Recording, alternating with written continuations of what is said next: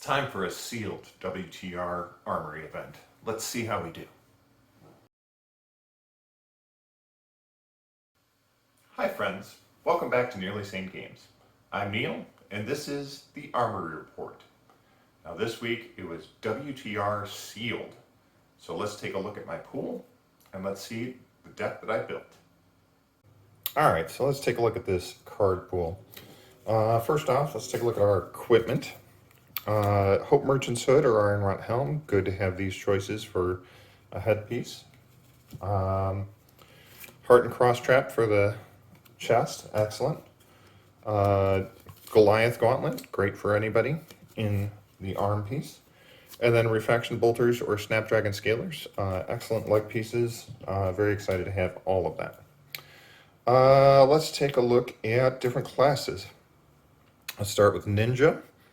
We have some good combos here, if we can manage to get them. We've got Fluster Fist, Open the Center, and a Head Jab. Only one Head Jab, though, so that consistency is not going to be there. But we've also got Surging Strike, Whelming Gust of Wave.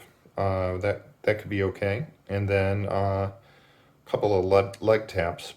We got Head Jab, Fluster Fist, Whelming Gust Wave that we could use for blue Kodachis. We got some Nimblism in there. Scour the Battlescape, Snatch. We could probably have a pretty decent ninja deck there.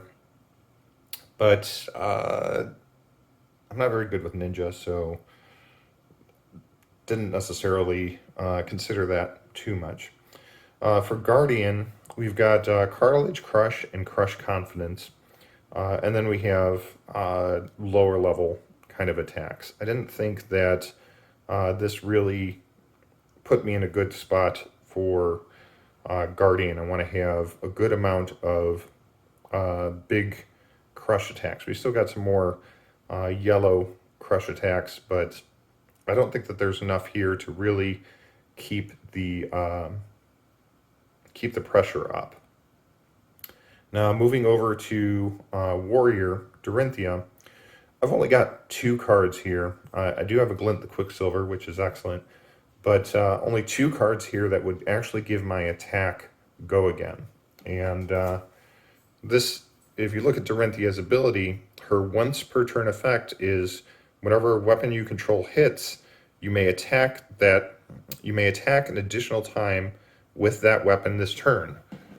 Which would be Dawnblade, which the reason that you need this is because this says once per turn action. And this Dory's ability lets you reset that once per turn action.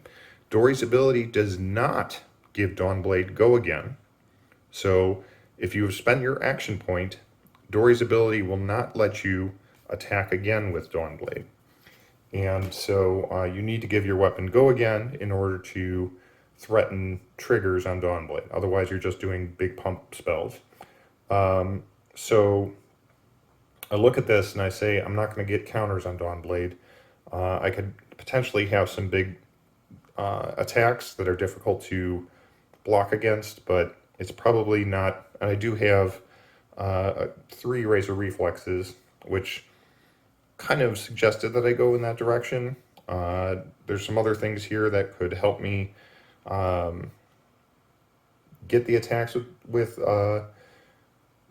Dory, but I just wasn't comfortable enough with using Dory that I felt like I could make this work effectively.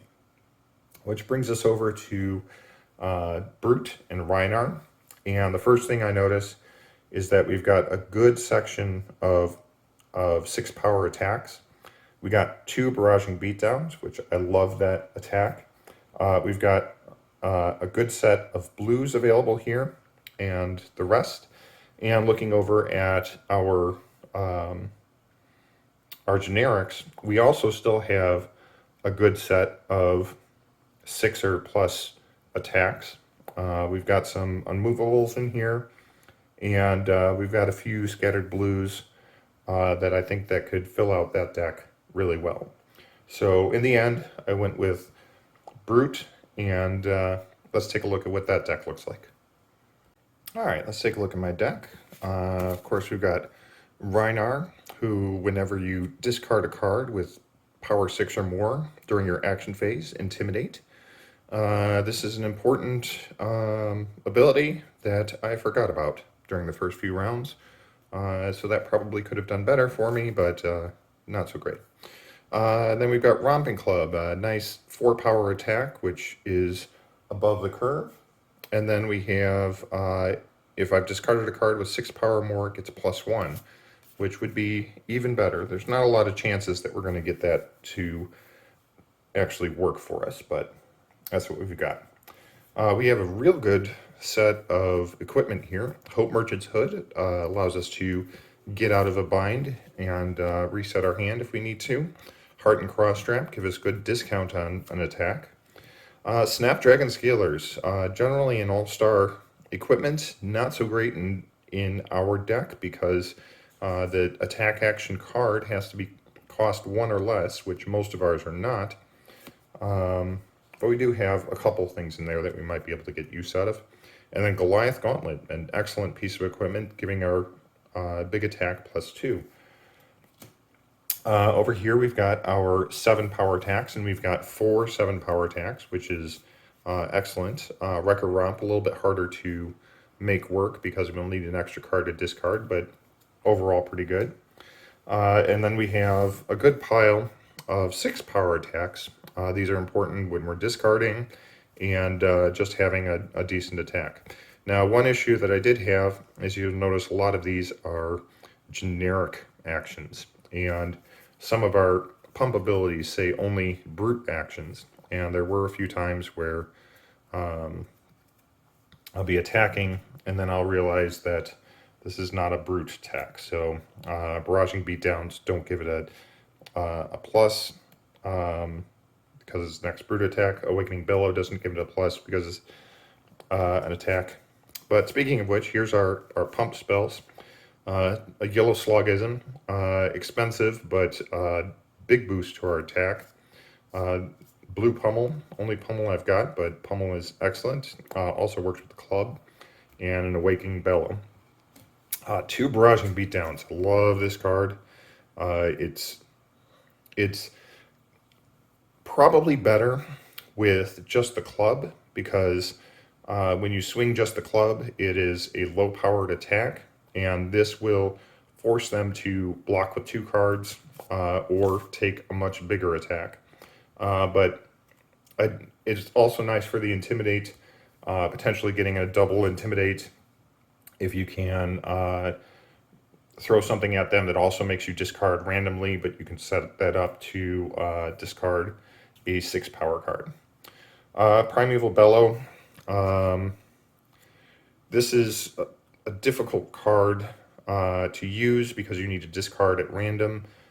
Even if you're looking at just swinging the club with this, you need to make sure that you have the right pitch available for you when you're swinging the club. I don't like using this card. It tends to be that I have a red card in hand and a blue card in hand, and if I play this, I'll either be able to swing the club or not, and that's not very helpful. So often just for pitch, but it's a nice idea if it works in there. We've got some defense reactions. The red unmovable is great. The blue unmovable is not as great. And the Reckless Swing, while it costs 0, it still requires another card. And it's a random card. It's kind of tricky to deal with, especially when you don't have good control over what you have in hand. I have some blue cards for fuel. The idea is not to generally cast these if I have a choice. I've even got a Nimblism in here because it's blue, but I don't know. It's okay. There's a chance I could use Nimblism with my Snatch, but yeah. I got a Yellow Pack Hunt in here, fill things out a little bit. Yellow Sigil of Solace, which I liked, and a blue Snatch, which in general is not what I wanted to use, but there is a chance I could use it with Snapdragon Scalers. The other thing I can use with Snapdragons is our Savage Feast. which only costs 1, but also requires us to discard a card. Savage Swing also will do that. So there are chances that I can use Snapdragons, and if I can, then I think it's a very powerful effect, especially with Brute. So this is the deck I went with. Let's see how I did. All right, let's take a look and see how we did.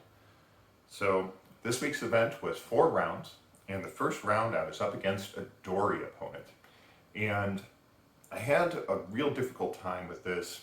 I wasn't really ready to block as much as I needed to. I didn't have a lot of good defensive reactions, so I was looking at just kind of blocking Dawnblade and hoping for the best. And of course with Dory you can't do that. There were a lot of over-the-top attacks. I did not let Dory get a counter on Dawnblade, but I'm not entirely sure that the Dory player was playing entirely correctly. I think there were a lot of attacks there that did not give the weapon go again, but that's besides the point. I had a few bad blocks, and I wasn't playing around the attack reactions. It's really hard to.